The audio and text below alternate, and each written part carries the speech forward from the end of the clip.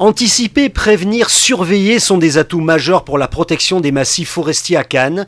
Chaque année, face à la sécheresse et aux températures élevées, la menace d'incendie est forte dans les Alpes-Maritimes. Ici, on est dans un secteur à très fort enjeu, très haut risque. Il y a les îles de Nérens et la Croix-des-Gardes. Ici, nous sommes à la Croix-des-Gardes et nous avons la chance d'avoir un parc forestier de plus de 80 hectares en pleine ville, qui est désormais totalement protégé. Vous savez que j'y ai veillé, c'est-à-dire qu'on ne peut plus construire.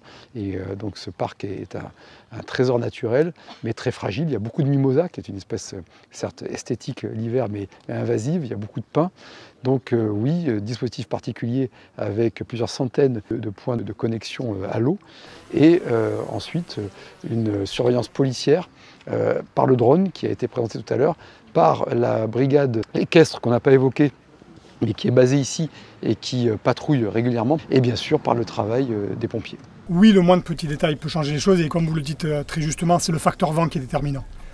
C'est lui qui va conduire le feu, et conduire avec une vitesse de propagation plus élevée quand le vent est installé plutôt que quand il n'y a pas de vent. Sur le domaine du feu de forêt, la météo dont nous disposons, une météo professionnelle, est très affinée, puisque le département, par exemple des Alpes-Maritimes, est divisé en 7 zones géographiques fines au niveau de l'analyse météo, et en particulier sur le bassin cannois.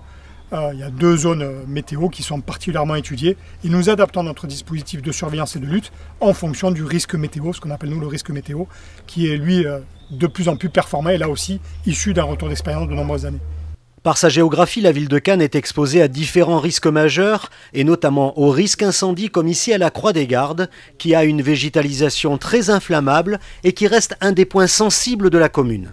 Ainsi, la municipalité redouble d'efforts et déploie un ensemble de mesures concrètes pour prévenir les départs de feu, sécuriser les zones boisées, pour protéger les habitants.